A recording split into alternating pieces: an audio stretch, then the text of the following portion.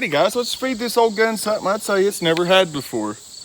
This load here is 25 grains of long shot, the Claybuster Blue Wad, 1 ounce of number 4 Bismuth. That's the key here, Bismuth shot. It's loaded in a Winchester original compression formed hull. Don't see them too often anymore in 16 gauge. It's got a 209A primer. We're at roughly 30 yards. So let's see what happens, I guess. We're running out of this old Hercules. It's an old feller, but it should still do the job just fine. Alrighty.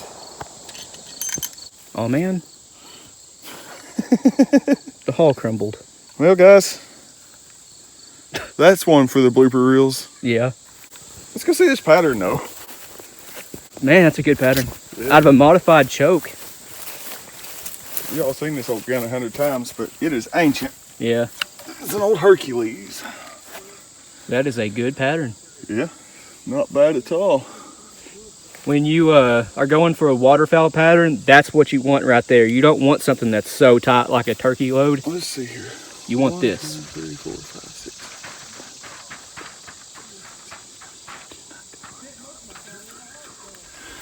6. It's 24 from here to here, 24 inches, so 2 foot by 1, 2, 3, 4, 5, 6, 7, 8, 9, 10. I don't know, it's like a 2 by 1 rectangle there. I mean, the core of it. They should knock a honker down. It should. Look at this. Decapped it. Yep, and his firing pin is shaped weird, so it's hitting off center, and custom. That's just what it does. Custom.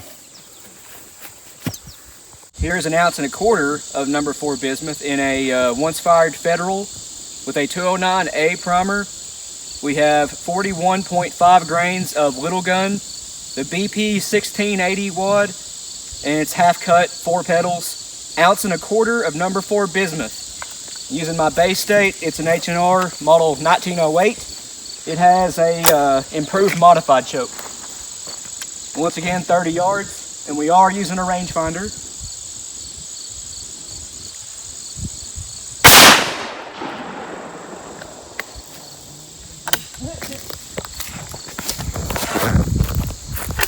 Hit that paper hard.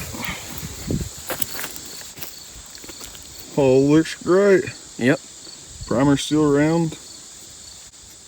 A little bit of flow back, but it's a heavy load for a 16. Again, that's published load data. Back down 1/2 grain because I'm using a different wad. Let's see how it's done. Excuse the wind, guys. It always picks up when we start filming. The pattern may be a little hard to see here in a second, so here's a picture of it, and I think it's really good. Well guys, that is a great waterfowl pattern. We have really, really good density too. It being improved modified, I didn't expect it to be that tight, but it is. A little bit less dense over here, but right here is really tight. I imagine a full choke would be, you know, just murder on ducks and goose within 30 yards. But improved modified and modified has it, for sure. Well guys, we hope you enjoyed that video. First time ever shooting bismuth that we loaded ourselves. We have previously shot some in 10 gauge from Salt Creek custom ammunition, and those did really, really well.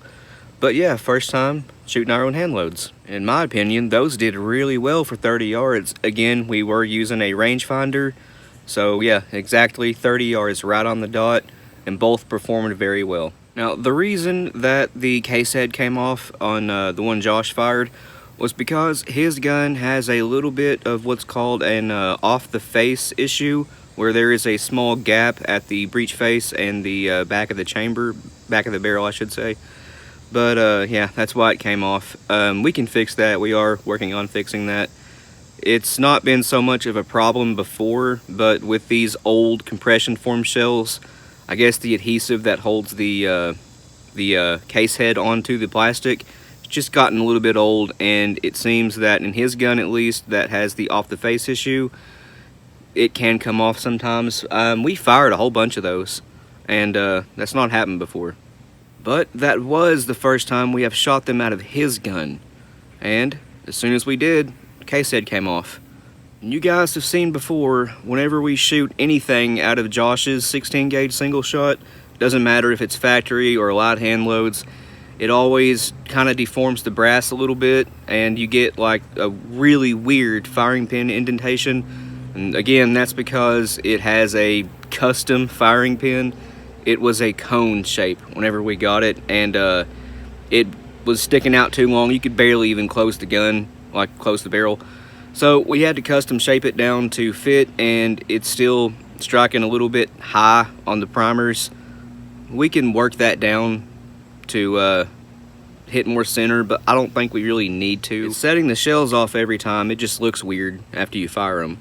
And that off the face issue kind of bubbles the brass out weirdly, but we know it's just the gun, it's not the loads or anything. Again, it does it with factory loads too. If you guys have a gun that has an off the face issue, the fix to it is shim up the lug, you know, the locking lug that the fore-end snaps onto, or change out the hinge pin, or a combination of both, and that will fix the off the face issue, but we are working on it. Now as for the load I fired, I would use just straight 41 grains. I used the Ballistic Products BP 1680 wad because the CSD wad that the data I used called for, well, those are unobtainium right now. They have not been available for the last 2.5 years.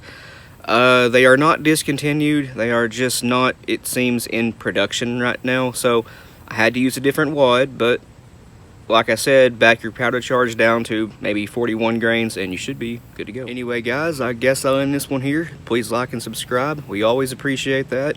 If you have any questions or comments, leave them down in the comment section below and we'll get back to you. If you want to, go check out our Patreon. It's as low as $1 a month. Every penny we get goes right back into the channel and you get early access to content. A link to that will be in the description below, along with a link to our Instagram and Rumble accounts. But other than that, you guys take it easy. We'll see you in the next one.